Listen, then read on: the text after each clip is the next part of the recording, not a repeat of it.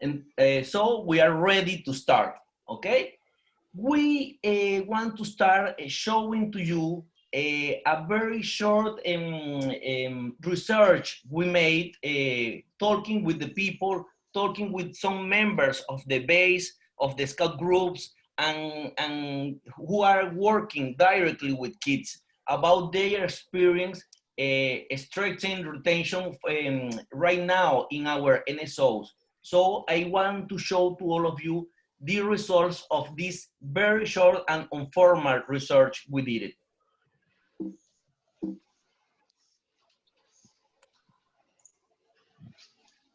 The first question we make to them is why members stay in our movement. This is the most frequently answers we found because we offer a great inductions, because have a good youth program, because we have a strong involvement, because we have recognition, good image and communications, because in some NSOs we offer a lot of membership benefits, because we are influencers who they follow us, and because of course, and this is one of the I like much more, is because it's fun and social activities.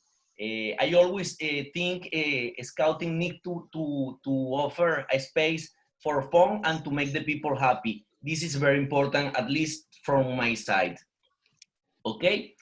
After this, we ask to them about what troubles they can find or they can identify during their common life in scouting. So this was the answers the offer to us, and this is one of the solutions we can offer to them. Okay. The problem one was sports and other after school activities get in the way. The solution, of course, is be accommodating. We need to offer to the people spaces to have scouting when they have opportunity to do that. Remember, scouting is something volunteer, so we need to offer to them a space for do that when they have a space to do that, okay? And the parents and the kids need to know this. If right now they are, for example, in a band or orchestra or playing any sport activity, we are still around after the session of the will be over. So be accommodating. This is the solution for this first trouble, okay? The second trouble we identify is your honest program has gotten stale. Well, the solution is very clear, at least for many people. Don't do the same thing year after year. We need to keep our youth program in continuous renovation. We need to offer to our kids new things. And if we don't know what offer to them, we need to remember the words of our founder. Ask to the boy what they want. If the kids are a wonderful teacher for us, we need to listen to them. So, for example, if we like to make a bicycle ride, we don't need to go to the same place every summer. We can move to different places. Okay, this is the way how we can handle this problem. Okay. The third problem we identify is lack of commitment from the parents. And this is one of the problems always concern to me a lot, because I don't know in what moment many adults lost the idea to keep close contact with the parents. We need to remember the parents are the most important stakeholder we have into scouting, because they bring to us the opportunity to offer the youth program to their children's sons and daughters. So we need to be very close of the parents. The solution to this trouble is get mom and dad invested from the start. Is the moment when we receive the parents and the first time when they visit the place where our unit works is very important. We need to invite them to stay with us, not only that day, all day long during the time of their kids stay into scouting. So this is very important for us, okay? The fourth problem is poor fit between the scout and his unit. This is not this is nothing new for us. We see these kind of things in many places of life, even for us as adults. In many works, I don't feel free. Well, I can take another job. With the scoutings, happens the same. If one kid doesn't have good, doesn't feel comfortable in this unit, he can try another unit. But we need to encourage him and their family to keep involved in scouting, maybe closer from home, maybe with school classmates of the kid in other scout troop or scout pack.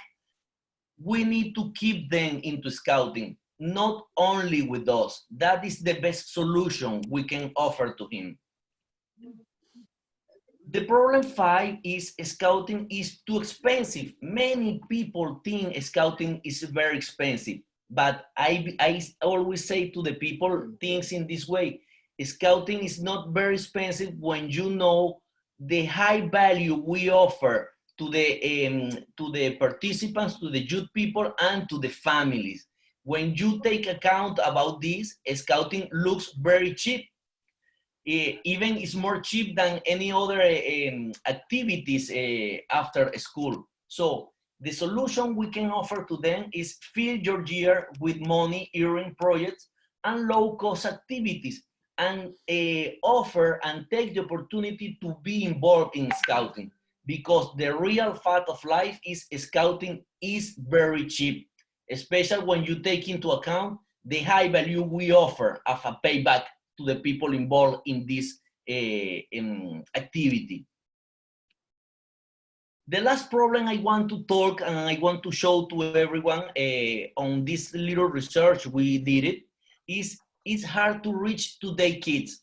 Many people say that, and I always see a lot of kids in the streets, a lot of kids in everywhere.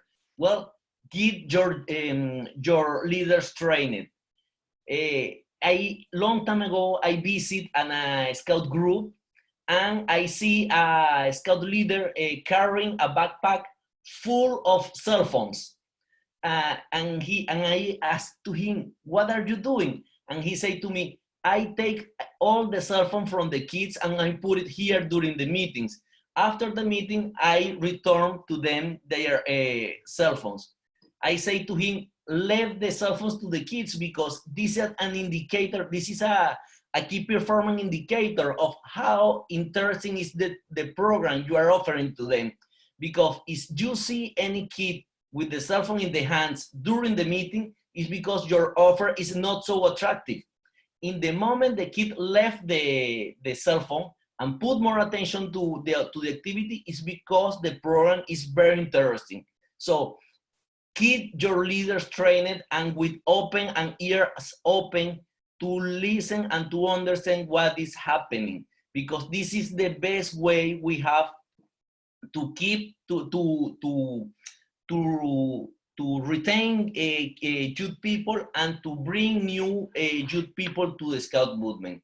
Until here, our presentation about this very short and very informal research we did it. Right now, we will start with the next part of our sessions today. In this part, we will share the best practice in 3 NSOs, in Australia, in United Kingdom, and in Palestine. To present the best practice of Australia, I will introduce to all of you to my dear Aston Hine. Aston Hine is a very high professional in finance area. He worked a lot of time in the private sector, in banking, and he have an incredible experience working in scouting too. He is a man of two worlds, of the private sector and the scouting too. In scouting, he was a leader of the training for adults in Australia. Even he stayed in many positions in as institutional leader, even at the regional committee of Asia Pacific. After this presentation, I give to you my dear Aston Hine, with a very interesting presentation about Australia. I will stop to share my screen, and the floor is yours, my dear Elston. Thank you, Jose, and good morning, good afternoon, and for those near where I live in the eastern part of Australia, good evening. It's very late in the evening here in Australia. How wonderful it is for all of us to be able to come together to talk about this really important topic of retaining our members. My presentation is going to talk about a few things. The most important thing is that I want to leave you with a key message that a goal that does not have a plan is just a wish. You must have a goal and you must have a plan to be able to be achieved. What I'm going to share with you is 3 key learnings that we have found in Scouts Australia that has helped us in the retention of our members, particularly during these difficult times. Can I confirm, Jose, that the screen is working fine? Yes. I am looking, it's perfect. Excellent. So the very first thing that we found was we need to have clarity of the size of the opportunity and the steps required to close the gap. This is the first part of any good plan. And if I talk about what we've done a lot of analysis of our membership, and it's important that you have accurate information and that you are regularly reviewing that to make sure that you understand what the makeup is of your membership of your NSO. The next part is taking that data and then going into looking at understanding what are the trends. What are the loss rates? Why do they happen? And doing that not just in numbers, but reaching out and talking to those groups that have lost members to find out why. Sometimes it's about leadership. Sometimes it's about the community. Sometimes it's just about a whole range of other issues, but it's important to understand those because that can lead to holding members for the future in other parts of your NSO. But look at good groups. Look at those that have been successful. What have they done that's allowed them to keep their membership? And make sure that those large groups are not just large groups because they attract a lot of new members, but they actually hold members as well. And finally, have a plan. Make sure that it's clear, that it's time-framed actions, that you've got the right people there to support it. And the last point I raise on that slide is review it, report it, that means share it with everyone, and then reset. What is it that you need to change to enable your retention to continue? Put simply, you need data, which you need to turn into information, which you need to turn into action. And that's one of the key things that we've been working on. And on the right-hand side of the screen there, you can see some of the membership growth dashboard information that we actually use in the Asia Pacific region. And we use that in Scouts Australia to help us understand the makeup of our NSO. The next part is be innovative and be adaptive. Don't rest on whatever you've done in the past. You know, COVID-19 has set some real challenges, but some great opportunities. Making use of technology to live scouting virtually is now the new norm, and we need to understand that. Encourage your young people to work in patrols. Use the plan, do, review. This is fundamental in our NSO to our Scout method. Make sure you've got a central point where people can go to access programs. And when you receive this presentation, over here on the left, this is actually a link to the Scouting at Home, which is the virtual program engine that we have built and we're using in Scouts Australia. Buddy up with other groups, have young people supporting young people, but don't forget your adults. Make sure your adults are feeling supported too. We are living through some very testing physical and mental challenges during COVID-19. And again, there's a link there to mental health and scouting that we've developed over the last few months. We've also implemented a program we call Leader Build. Now, this is a scripted and targeted program that actually seeks to grow our adult membership. And by doing that, it helps retain our existing leaders. They don't feel that they're under stress with not enough support. And later in this presentation, which I won't go into while I'm speaking, but it's there for your use, there's a whole lot of information and a short video that you can watch that's all about the Leader Build program that's had great success in Scouts Australia. The third and final one is to make sure the scouting product is relevant to stakeholders. I love it when Jose said, talk about the high value that scouting has for the parents. And this is so important. One of the things we found critical was to prove the scouting story. And what we've done is we recommend to all NSOs to partner with creditable agencies in your NSO that can work with you to demonstrate that scouting is relevant and it's creating a better world.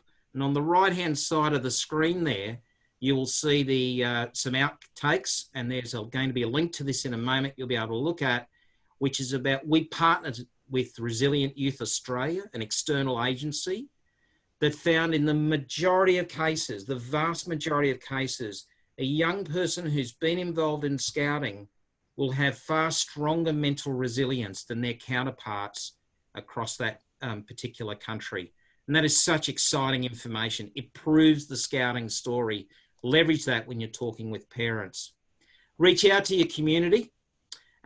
We've developed a program that we call Free Fun Home Delivered by Scouts. And essentially, this is reaching out to young people and parents that aren't in scouting, letting the parents run programs with their children, particularly during lockdown, which has happened to all of us, and let them experience what scouting is all about. Make sure you capture those details and then you follow up to close out that lead. And we're finding in a couple of our branches in Scouts Australia that this is actually getting more people involved with scouting. And finally, and again, it was a great comment from Jose about don't do the same thing over and over again. Making sure your youth program is current is critical. We recommend at the World Organization that at least every 5 years you review your program. Well, we have spent 5 years just reviewing our program. And in fact, it'll take us another couple of years to implement our new program. And we're going to keep reviewing it iteratively all the time, making sure it's always current. Because if it's not current, young people will leave. If it is current, it will attract young people. Look, I encourage you to, when you get this, to go on to the slide that's called the Scouting Effect. That will give you all the information of what we've done in partnering with Resilient Youth Australia. And finally, what I would like to share is there is an appendix, which, as I said earlier, has all of the information about Leader Build.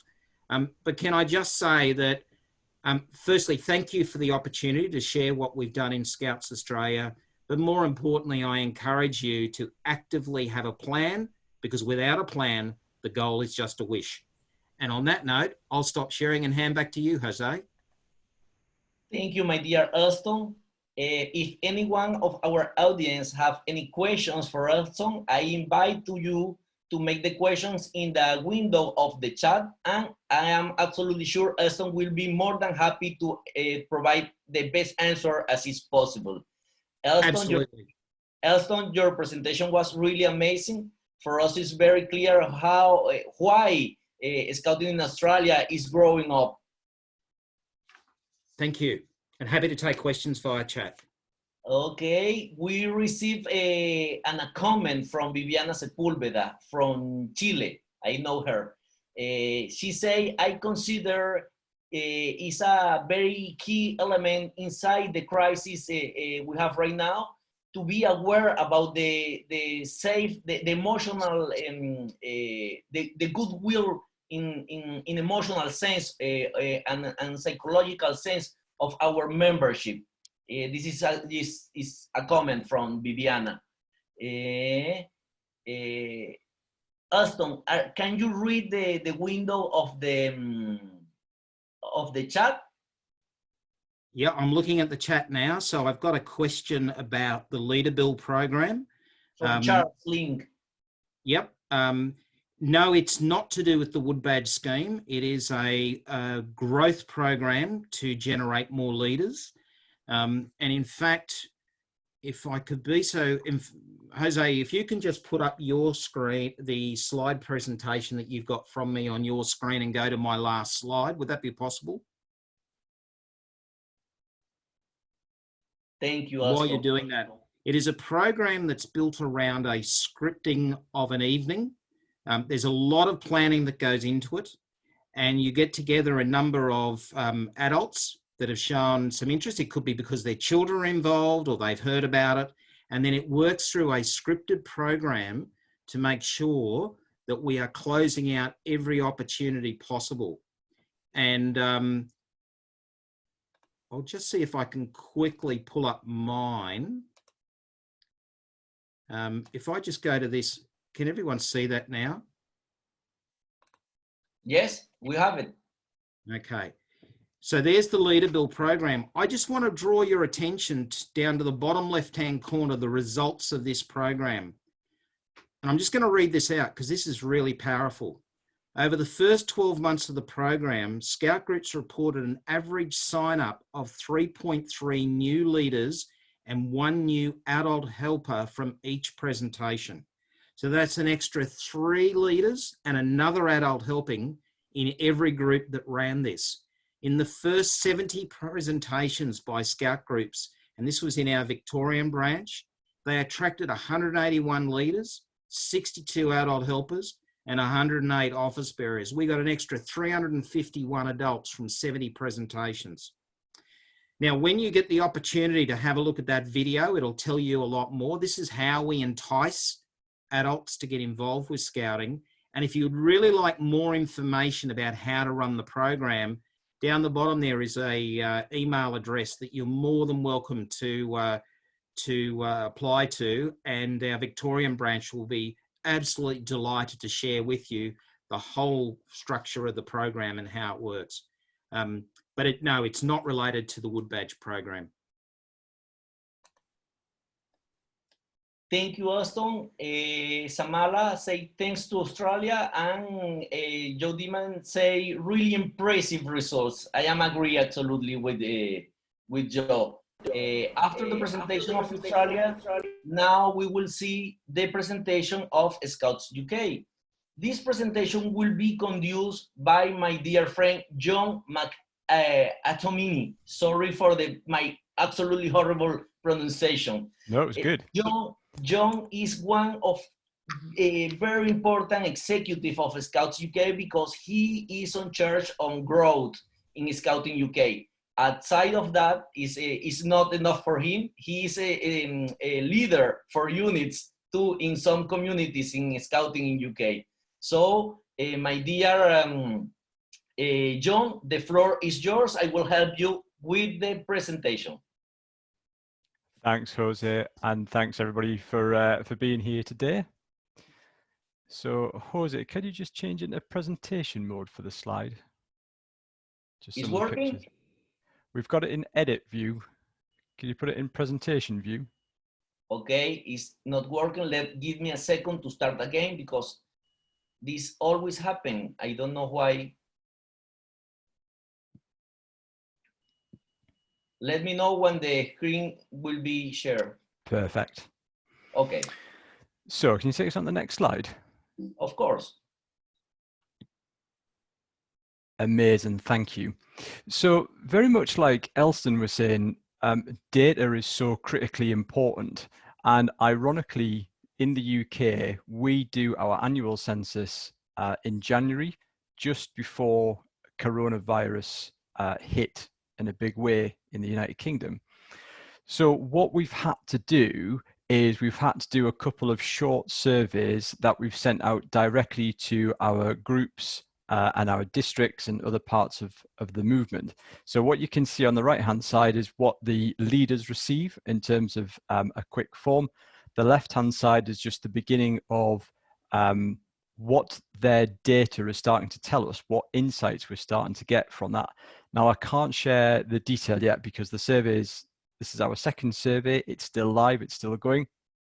But one of the bits that was really interesting is that at the very beginning of the pandemic, there was a lot of noise made about money and the risk of groups running out of money and that being our biggest problem to survival.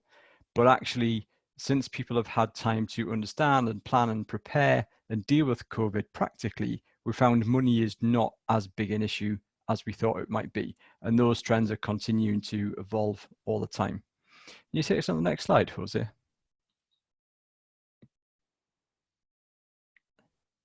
Thanks. So using the first couple of surveys that we took, we pulled a number of key groups together of our senior volunteers, local volunteers, and our staff teams, and had a bit of an open conversation around what are the things that we would need to do to provide the support local scouting needed so that we could still provide great quality activities and programs to young people. One of the first things that we talked about was actually providing a platform or a tool that local leaders could use to communicate with scouts and beavers and cubs.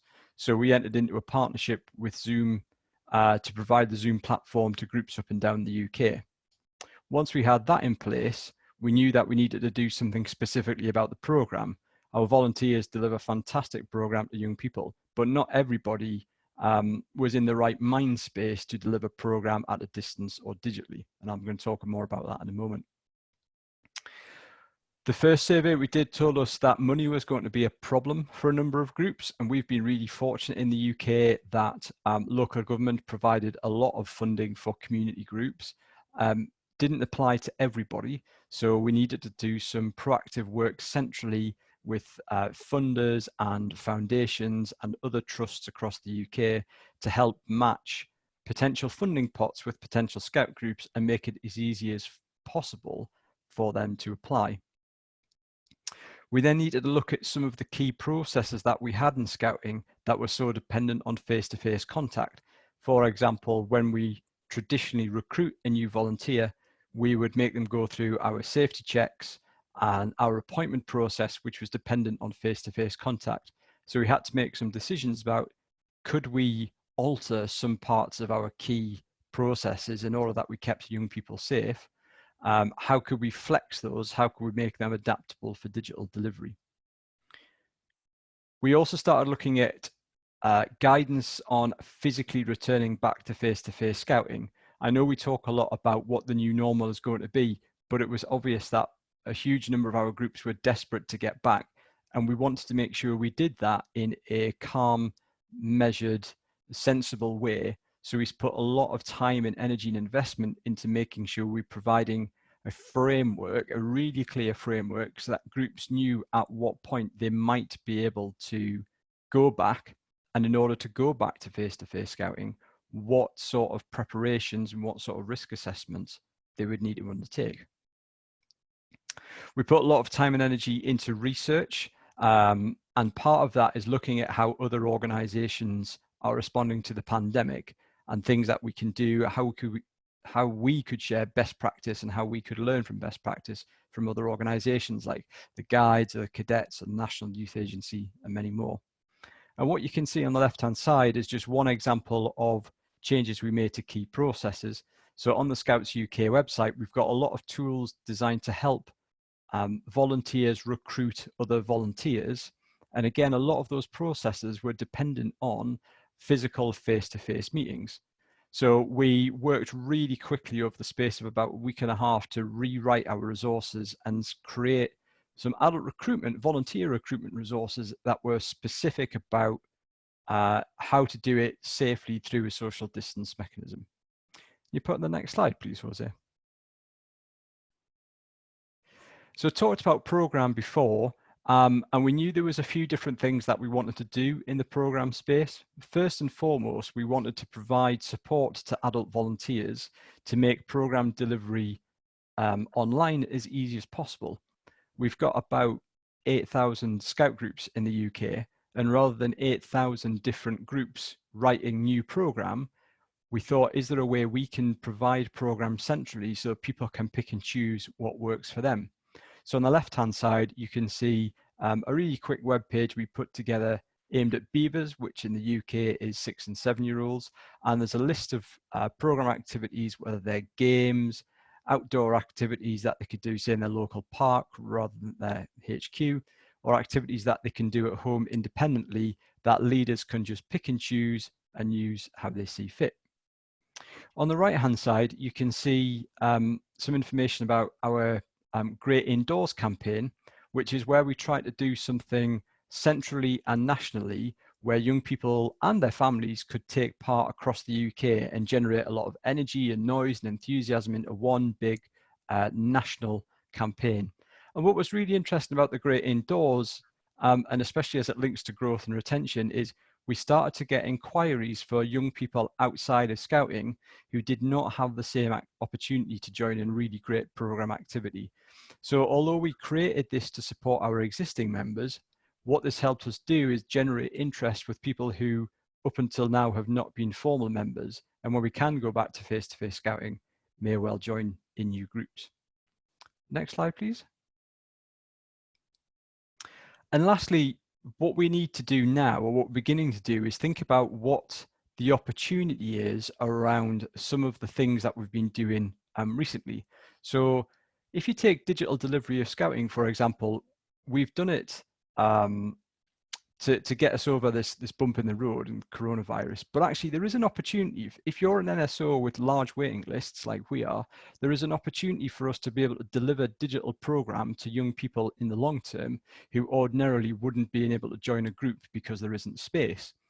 Similarly, if you've got pockets of young people or communities in remote areas where there isn't enough young people to form a normal Scout group, actually could digital be a way of delivering program to those young people in the long term?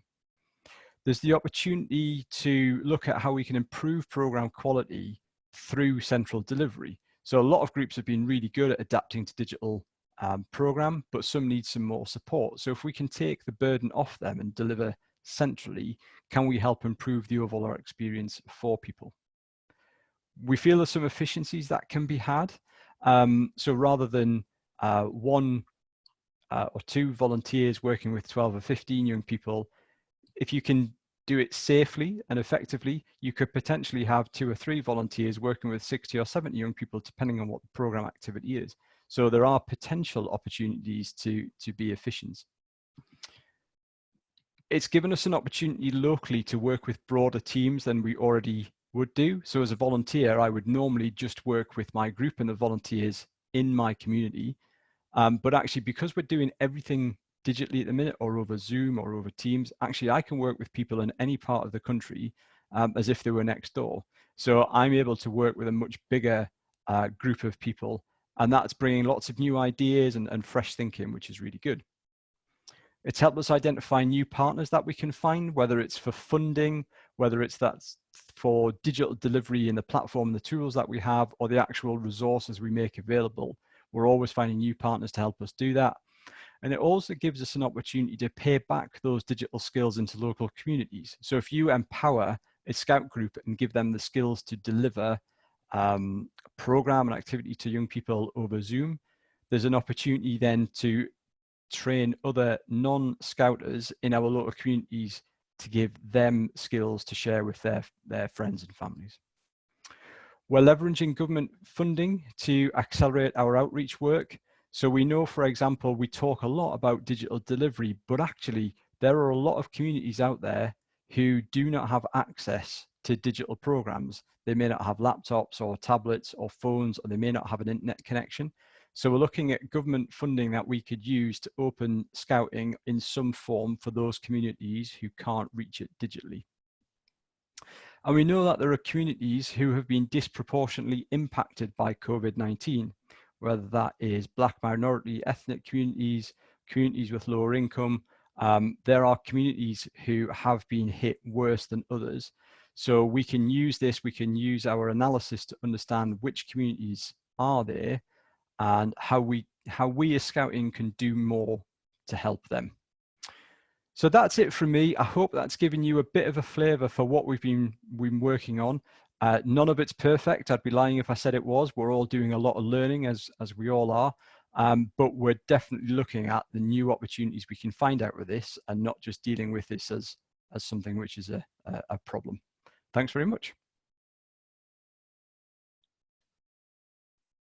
Thanks to you, my dear John. Now it's time for questions. And again, I want to encourage our audience to send your questions through our window of chat. My dear John, we have an question and comment here from Romina Caballero. Romina said to us, an experience I want to share. Scout educators teach children to cook cakes remotely with the help of their parents. Then they go to look for those cakes and take them to a community dining room that gives snacks to people in vulnerable situations. So, Romina, I really congrats for this. This is what we do in scouting, and you are grading a great job because you are developing a scout program in home and you are offering a service to the community. It's a big package. It's really wonderful. I don't know, what do you think about that, John? I think that's fantastic. It's exactly what we're talking about, and that's what goes back to the core of scouting. It's how scouting and the skills that we offer support local communities, and that is just a really great practical example of something we can teach young people to do, and then they can go off and share in their communities to bring benefit to others. So I think that's absolutely fantastic.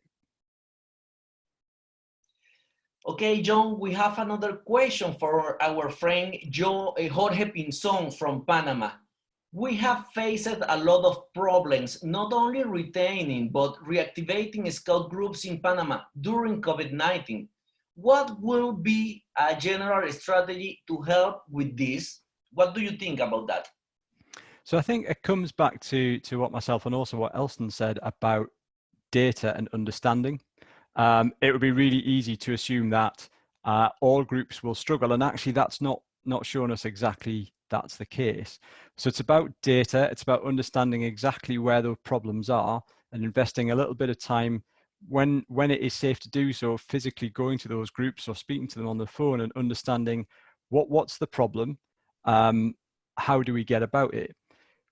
Even before coronavirus hit in the UK, we have had groups where they've just shut down for no reason.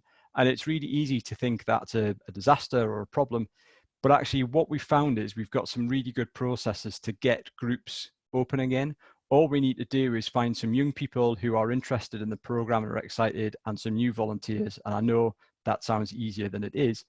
But we just find some new members and we get that group open again.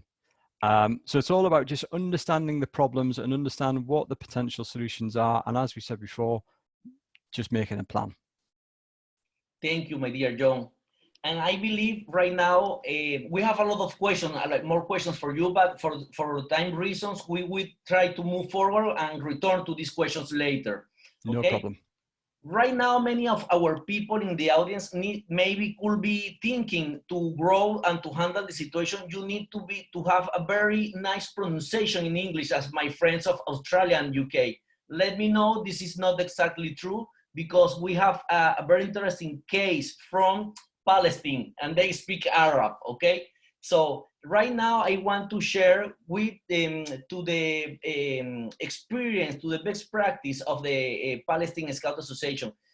Our friend from Palestine first will talk in Arab. Everybody need to keep in the same channel. After that, we will listen the translations to English, and you will have the translation to Spanish in your channel. So everybody need to stay in the same channel as you are right now. Thank you. So right now the floor is from my dear friends from Palestine. Go ahead.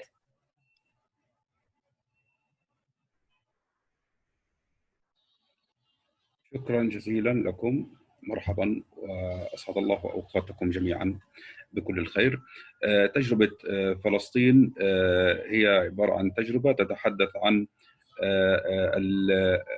الفجوة الموجودة ما بين الحركة الكشفية الكشافة كمرحلة ومرحلة الجوالة. والآن سنرى الشرائح وسنتحدث عن الشرائح يعني بشكل تراتبي. فيعني إذا ممكن احنا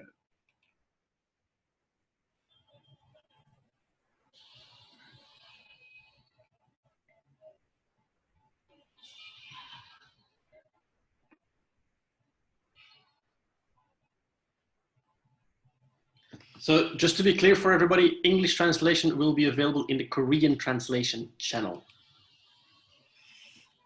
Thanks, Joe.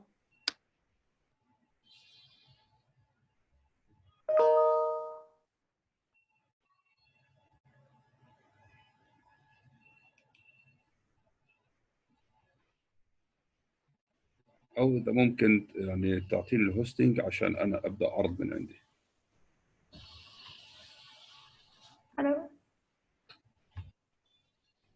Goran, can we move the host to the leader so that he can present the slides from his side?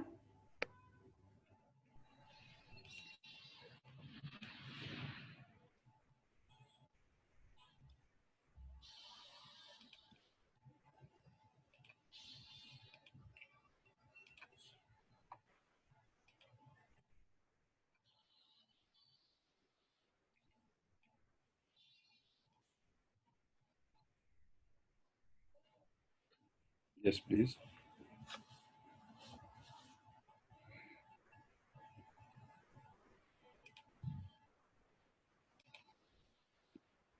Jordan, can you take care of the technical side of things?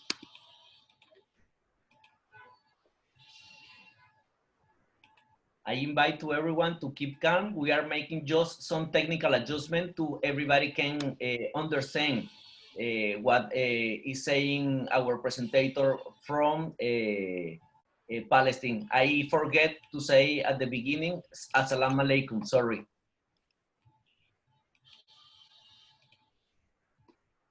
So I'm waiting for Jordan to make Ayman the co-host so he can share, because I don't have the rights to do that.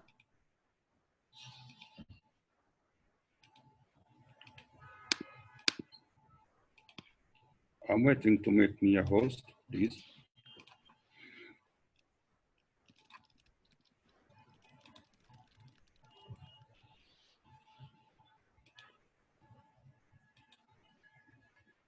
Jordan is trying to sort out the technical side of things, but he seems to have some technical issue. Okay. Thank you very much to everyone for your patience. These kind of things, the technology always make a dirty tricks to everyone.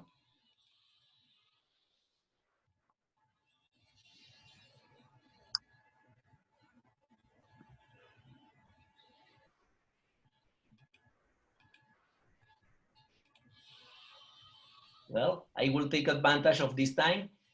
Some of the people in our audience is saying thanks to our previous presentator from Australia and United Kingdom. You offered to us a very interesting experience, a very interesting results, and very professional presentation. Right now, we are waiting for some technical adjustments to listen our people from Palestine and to know their experience during these hard times. Thank you, my dear, thank you to everyone to stay on tune. We have this small technical situation. Sorry, everyone, bear a bit with us as we get Jordan to sort out things. Okay, just let me know when we are ready to continue.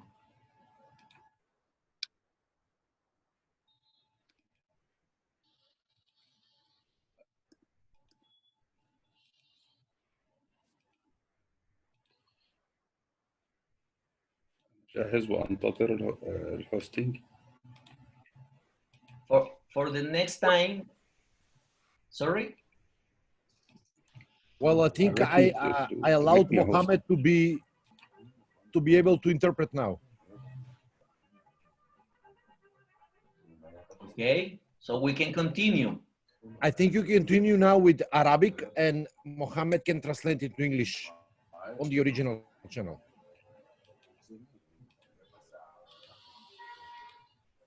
Jordan? Yes. I think you're trying to speak, but we can't hear you. Can you hear me now? Can you tell me what should I do? Can you give Ayman, can you make him co-host so he can share his screen? Because I don't have the power to do so. Who should I make co-host? Our Palestinian presenter, Ayman Matar. Just a second.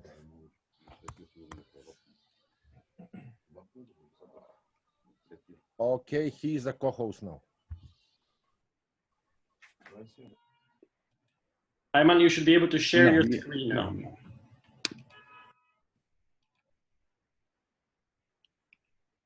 And then الآن الشاشة قيد العرض.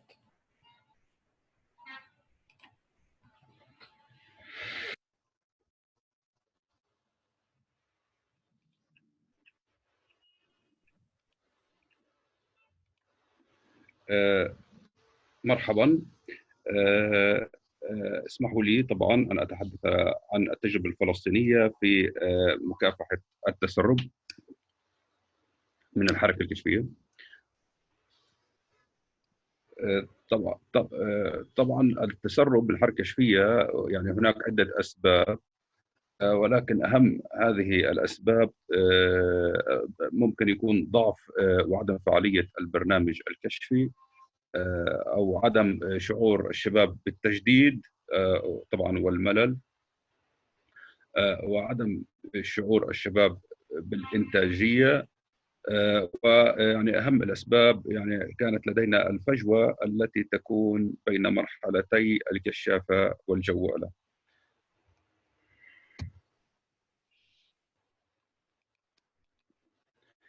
طبعا احنا عملنا بعض التحاليل للأعداد، فوجدنا أن هناك يعني فجوة فعلا. فانظروا إلى هذا الرقم هنا، يعني عندنا في الكشف 12322، بينما الجوالة 1700 فقط، وهذا كان في أحد مناطق العمل الكشفي، وهذه منطقة أخرى. يعني نجد أن هناك 4000 هنا في المتقدم، و4000 في الكشافة، و1400 في الجوالة. وهنا أيضا إحصاء أيضا كان متعلق في مكان آخر من عمل الكشافة الفلسطينية. طبعا الفجوة تحققت في النقطة الرابعة، وأصبح هناك مستهدف هذه النقطة الرابعة، وهي الفجوة التي كانت موجودة بين الكشافة ومرحلة الجوالة. طبعا تم التخطيط إلى عدة مراحل من أجل يعني العمل على حل هذا المشكلة. الفكرة الأولى هي الفكرة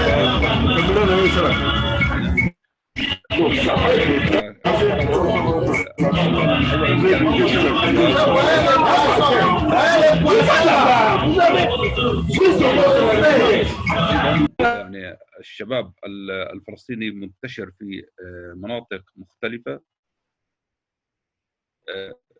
والشباب أيضا يعتبر قدوة للفتية الأصغر منهم عمرا. وكان لدينا شباب في الجامعات الفلسطينية، ولديه تخصصات مختلفة واهتمامات مختلفة.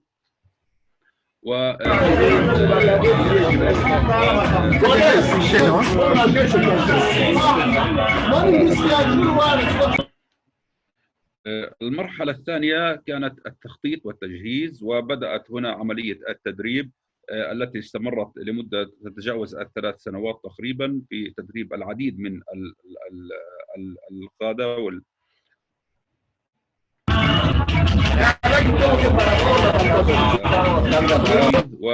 وهنا تم استهداف من عمرهم 18 عام فما فوق، وكان التركيز بالتحديد على طلاب الجامعات الفلسطينية كعينة، وتم استهداف جوانبهم الروحية والعقلية والجسدية والانفعالية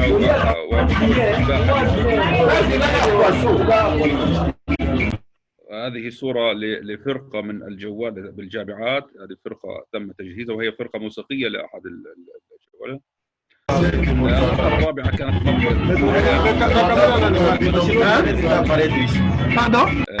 وأثناء هذه المرحلة ظهرت عندنا مجموعة من التحديات، كان أهمها عدم القدرة على تنفيذ برنامج بشكل كامل طبعا كان بسبب الوضع الفلسطيني، وهو طبعا الاحتلال الذي يسيطر على العديد من المناطق التي يحتاجها الجوال للتنقل والعمل. كان في البداية هناك قلة خبرة في التعامل مع البرنامج الكشفي لدى القيادة، طبعا لحساسية هذه المرحلة. فهذا أدى إلى التكرار وعدم التجديد بأسلوب التدريب. أيضا الموارد المالية كانت مشكلة، وأيضا يعني هناك كان عدم ثقة للمجتمع الفلسطيني بالحركة الكشفية، فالمجتمع كان يعتبر الحركة الكشفية هي فقط حركة للأطفال يعني. طبعا هنا جمعية الكشافة الفلسطينية يعني أخذت على عاتقها أن تستمر في الفكرة، وطبعا بدأت هنا بالعديد من الأنشطة، وقررت إشراك الجوالة في جميع أنشطة الجمعية الداخلية والخارجية، وبدأت بالقيام بمجموعة من الأنشطة، ويعني وكانت متأكدة أن هذه المرحلة هي التي ستشكل فارق في موضوع التسرب من الحركة الكشفية في المرحلة المتقدمة من العمر.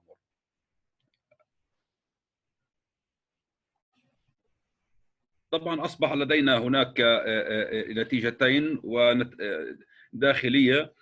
كان هناك زيادة في ثقة في هذه المرحلة، بدأت تدخل الجامعات الفلسطينية يعني، وبدأت أثرها بالظهور على المجتمعات المحلية، وهذا دفع الجامعات إلى رصد موازنات خاصة للجوالة ساهمت في حل المشكلة المالية. وخارجيا كان هناك أثر على المجتمع، وأصبح هناك ثقة أكثر من المجتمع، وتم الاستعانة بأماكن فلسطينية مع قلة مواردها من أجل أن يعني تعكس الصورة المطلوبة عن الجوالة. أما النتائج التي تحققت خلال هذه الفكرة التي يعني مر عليها 15 عام، يعني أصبحت ظاهرة التسرب بين المرحلتين أقل بكثير، زادت أعداد الجوالة خلال 15 عام. يعني تم عكس ظاهرة التسرب إلى زيادة في العضوية، حيث تم تأسيس العديد من المجموعات الكشفية الجديدة التي يقودها الخريجين من الجامعات في الجوالة. فأصبح الجوال عندما ينهي التعليم يقوم بتأسيس فرقة كشافة في مكان عمله. هذه الفرقة قد تتكون من 24 فتى، فأصبح هناك كل فتى يعني يقوم بتأسيس فرقة متكونة من 24. أيضا تم تعميم الفكرة على الجامعات الفلسطينية، وقامت بالفعل عدة جامعات في فلسطين بتأسيس فرق كشفية للجوالة، وأصبحت فاعلة. والآن هناك 5 جامعات فلسطينية يعني تعمل على تنفيذ الفكرة أيضا، غير ال5 الموجودة فعليا. أصبح هناك عدد من الشباب من أفراد الجوالة من خريجي الجامعات يشغلون أيضا مهام أخرى، يشاركون في صناعة القرار في الكثير من الملفات الكشفية. يعني أصبحوا يعملون في اللجان الكشفية المختلفة في الكشافة الفلسطينية. وأيضا قام بعض هؤلاء الخريجين بالانضمام إلى مؤسسات شبابية غير كشفية، أصبح عدد منهم رئيسا لهذه المؤسسات، ودائما ما يؤكدون في كل لقاء إعلامي على أن الدور الأكبر في نجاحهم كان الحركة الكشفية. وهذا طبعا يعني يعكس الأثر على المجتمع ويزيد ثقة المجتمع في الحركة الكشفية. ويعني أخيرا الآن جاري العمل على تنظيم لائحة تنظيمية من أجل أن توقع مع وزارة التعليم العالي، وهناك أفكار تتوارد من أجل إدخال الجوالة ضمن متطلبات الجامعات كاختيار بين مادة يعني علمية اللي تسمى خدمة المجتمع أو مادة الجوالة، ونأمل أن ننجح في هذه المهمة. شكرا لكم، ويعني نأمل أن تكون الفكرة قد وصلت للجميع.